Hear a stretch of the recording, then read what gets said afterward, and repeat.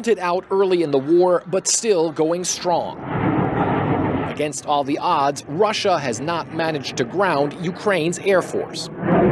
We spoke to fighter pilot Andriy, who was in an undisclosed location and hiding his identity for safety reasons.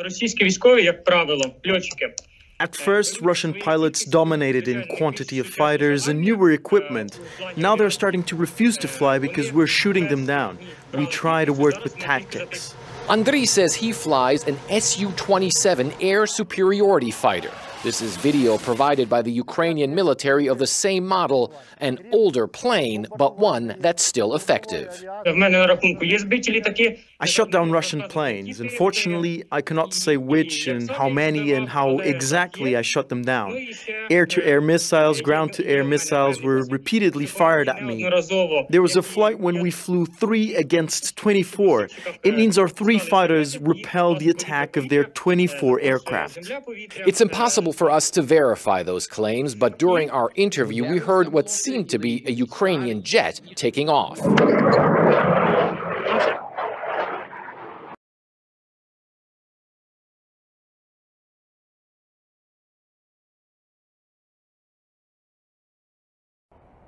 Monday is the deadline for Russian airlines to hand back hundreds of leased jets worth around $10 billion. The Western firms that rented out the planes aren't holding their breath.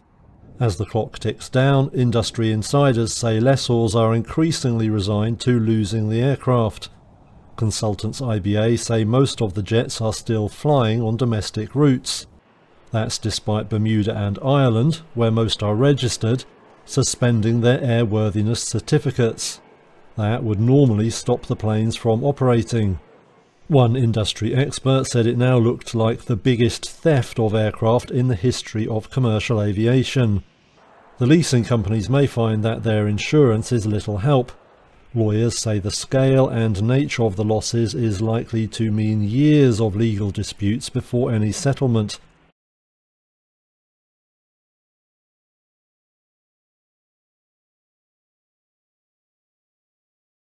When Russia began to attack Ukraine, it said its objective was to denazify the country. But as its offensive has stalled, Russian officials appear to be changing tack. The first stage of the operation has generally been accomplished. The combat potential of the armed forces of Ukraine has been considerably reduced, which makes it possible to focus on the main efforts to achieve the main goal, liberation of Donbass. The eastern Ukrainian region of Donbass lies on the Russian border. It's home to the states of Donetsk and Luhansk, which are held by Russian-backed separatist rebels. Political analysts say the Kremlin's move has political significance. It looks like if they fail in their total takeover of the country, they're going to try to go back to that scenario, claim that as a victory if they go into negotiations later on, whether those are in a week or a month or a year or whenever that happens.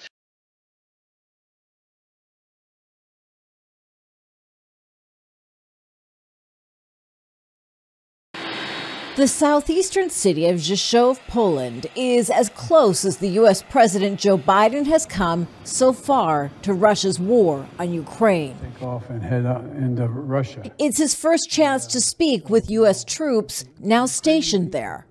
Ukrainian people have a lot of backbone.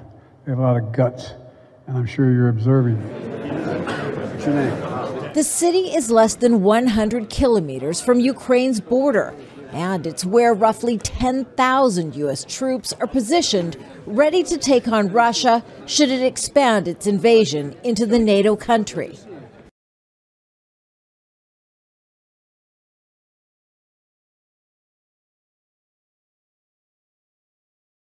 Smoke rises over the Jeddah skyline, the apparent target, the massive oil complex on the outskirts of the city.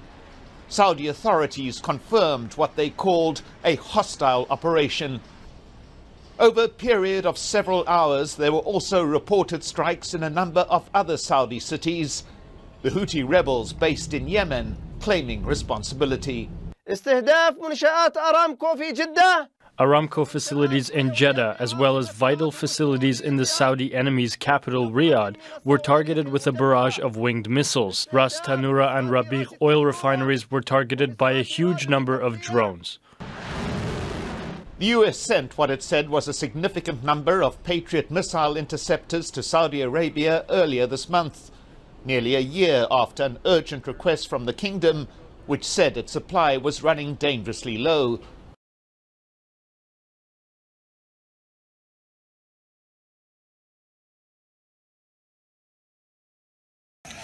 A volcano has erupted near a scenic lake in the Philippines. Authorities raised the alert level in the region and urged residents to evacuate.